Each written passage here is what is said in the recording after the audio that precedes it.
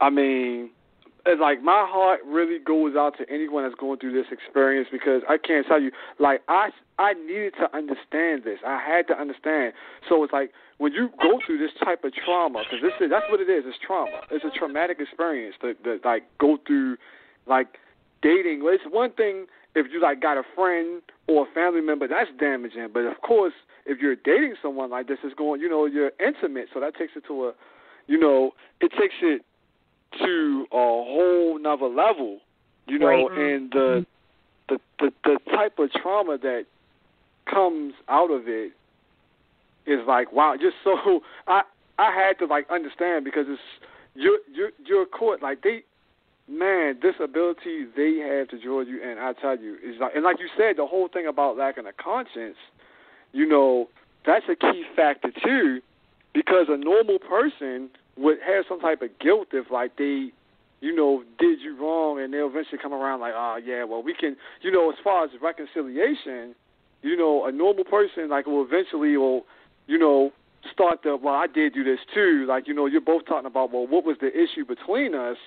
That what was the issue? And you talk about it. These type of people, sociopaths, narcissists, these type of people, they will have you second guessing yourself. Like, it could be video camera evidence, and you'll still be second guessing yourself. They have an ability to manipulate you so well, so accurately that, like, it'll throw you completely off, and you're sitting there like, hold up, I'm looking at the video evidence right here, but why am I second guessing myself when the video evidence is right in front of my face? And they have that ability. They know how to like make you feel really bad and make you feel like that you're picking on them and you aren't owning up to what you did. You're picking it down. They have a ability to play the victim. Oh yeah, that's a huge part of it too. Is they are always the victim, especially with narcissists. They always have a poor me, pity type method. And what you had mentioned, too, is perfect. Sociopaths use this little trick up their sleeve called gaslighting, and it's exactly what you said. It makes you second-guess yourself. So, for example, you'll say, something that like the sky is blue. And the sociopath's like, no, it's not. Like, what's wrong with you? Are you stupid? And then it makes you second-guess yourself, and you're like, well, maybe the sky isn't blue. Is it green? I forget. No, and people have to remember that. You have to be firm in your convictions and in your truths, but they are so convincing and so conniving in a way that they can really make you second-guess the truth. Even if you were there and living it yourself, you might forget or start to question yourself and what really did happen. And that's why it becomes very dangerous for people, especially people who like been abused in childhood or kind of raised around similar people. Sociopaths will kind of like walk all around you and all over you, especially with narcissists as well too. So yeah, they can become very dangerous like that. And another big thing too is that they almost will never say sorry.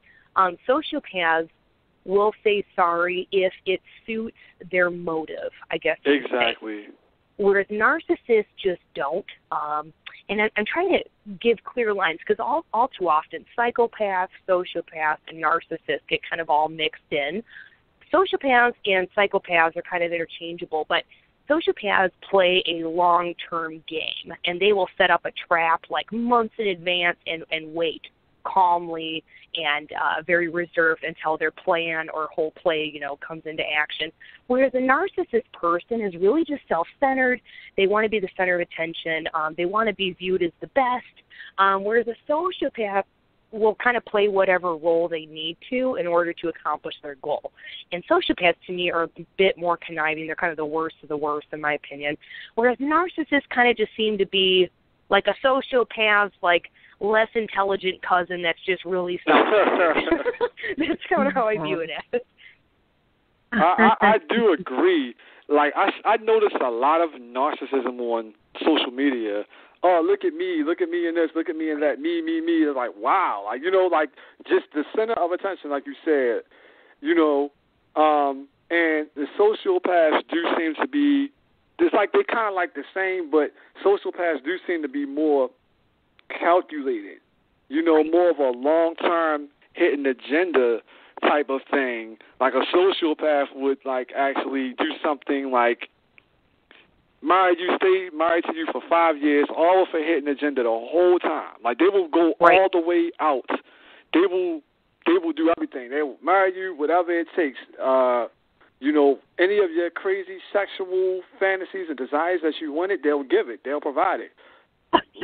Whatever you want to get to achieve their agenda. And, you know, like you said, like, it's like a cat and mouse game, and it's like they're looking to outsmart you. Like, I definitely agree with, like, just about everything you said. And, man, it's crazy.